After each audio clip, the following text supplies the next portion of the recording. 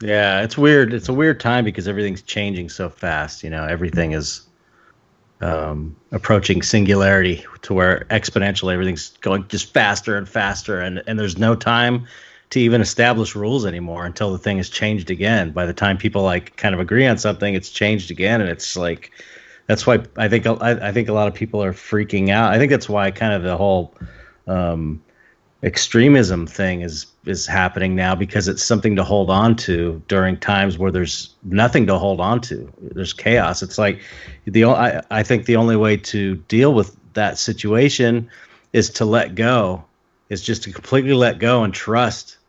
That's the only thing. It's that, or it's hold on to some rigid belief structure that makes you feel better.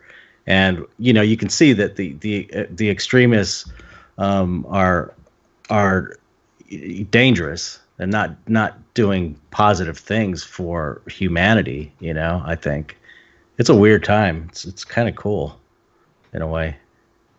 I think we're not living in our own reality too much too. I think we're so caught up with what's going on digitally on our phone. We get so caught up in what's going externally that we have all these stories going on we think we have to make decisions about. Right. But when it comes down to these kind of things, like the actors and musicians, I don't listen to any of their music anyways, and right. I don't know anything about them, and so it has no real impact on me. And whoever it does, we've organized our culture and society in such a way that we've delegated responsibility to those that need. So however it's going to be taken care of in a legal system, there is a system in place to take care of those things that we don't have to individually get involved with every fucking day and make a decision about it. And I think it causes anxiety. It causes you got all these things you're thinking about all the time. And if you just turn off your phone, turn off your TV, and sit around with your people in front of you or work on a painting, and that's what's right there. That's the only thing you have to really think about is what am I going to do right now? You don't have to think about all those other things all the time. It's just going to drive you nuts. Yep, I agree. Thou shalt not use your digital equipment on Sunday. Except to watch this podcast. Watch the podcast or YouTube video if necessary. Got to do that. So speaking to the effect of is moving like fast, and obviously none of us are geezers yet, although we are headed straight towards that territory. I'm pretty much.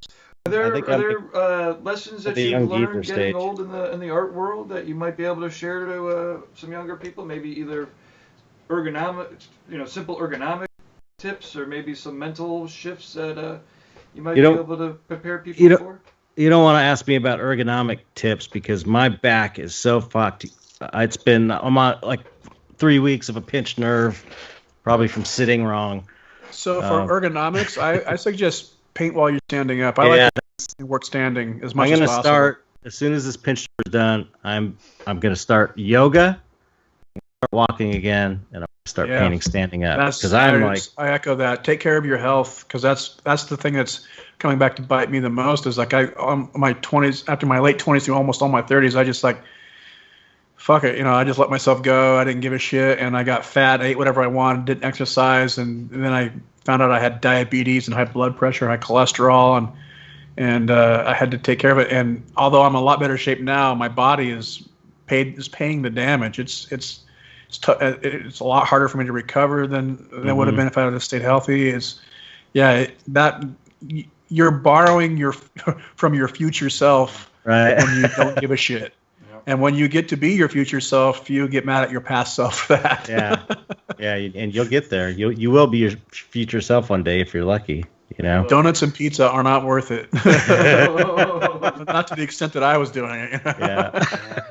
It was somebody I was talking to as an artist, and he was like, "Man, it was fucked up. Like I did drugs. I did fucking drinking. It was potatoes that almost fucking killed me." And he was just eating, 10 years of all the fucking potatoes, and all of a sudden the doctor's like, you got to cut that shit out. I would say on an artistic level, what I would say to young people, and I think the thing I run into the most is that young artists, they see someone that's successful and they want to be successful themselves, and so they start marketing themselves right away. They start putting their stuff out there before they're ready.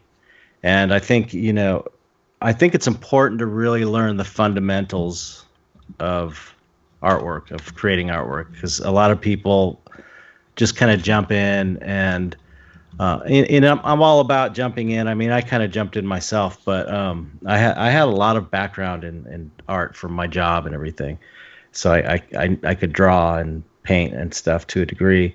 But I think it's important to I always used to be I still am. I'm very supportive to young artists, but I see a lot of not enough self-criticism, not enough developing your eye to know what even looks good, because that's a lot of problems a lot of younger people have, is they don't even know what looks good. That conversation was amazing, and it kept going. So if you go to tattoonow.com/YouTube, it'll bring you to our YouTube channel, and as I finish editing, you get to check out the full videos. Thanks again, Chet and Gabe Leonard, amazing visionaries. It's awesome to have their influence in the tattoo world, and if you might be interested in painting with these fellas, let us know, because we are trying to organize the next Paradise Artist Retreat for 2021. And the next interview is the dual interview with Joanne Farco and Adi Pancho, so please enjoy after this